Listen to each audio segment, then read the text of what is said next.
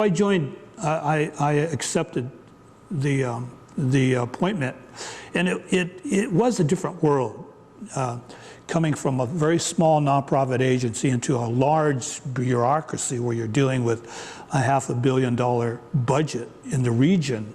But then I also felt, wow, what a really neat, influential position to be in.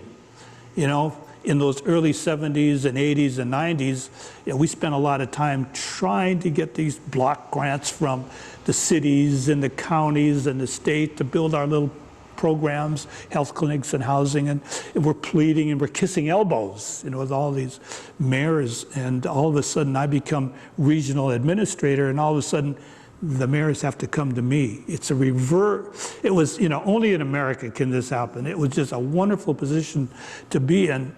And I really wasn't satisfied that I could come to work in the morning and sit in a big office with a staff of 500 people and a very small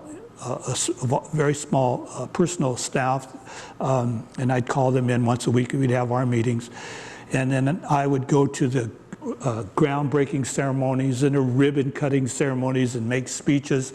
And that's all I had to do. And I said, wow, there's got to be more, how do you test this influence, So I started meeting with my staff, and I'd come up with these weird ideas that they'd never heard of before, like, why can't we open up the federal building as a homeless shelter? Oh my God, we can't do that, Oklahoma City occurred.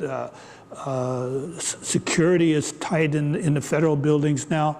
We have other federal departments in our building, and they were not going to allow people to be homeless people running around the building. And I said, hey, wait a minute. There is areas of this building we could look at, and we could secure and actually open up a homeless shelter. And people in the region, a guy named Jay Pearson, who is the regional director of GSA, General Services Administration, and they are the landlords, and they're the ones that actually own the federal buildings. I had him come down, and we looked at the facility in the old federal building, and we found out there was an area that could be secure, where the homeless people didn't have to run around. You just put one little gate on a hallway, and then in that section was enough space to bed down 30 people, homeless people.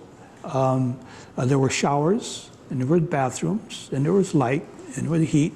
And so we opened up the very first homeless shelter in any office building in the United States.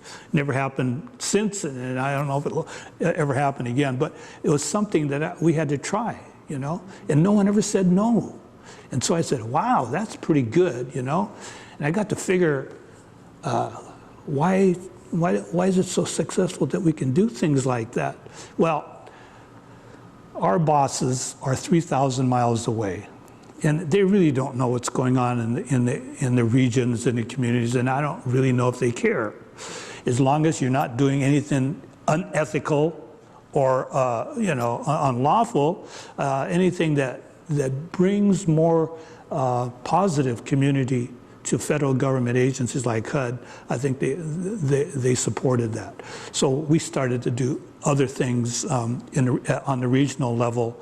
We built housing for migrant farm workers, and we opened up an office to serve the needs of urban Indians. 70% of the Native Americans in our community live in the urban centers, but there are no programs directed to them. So we started to do that. And so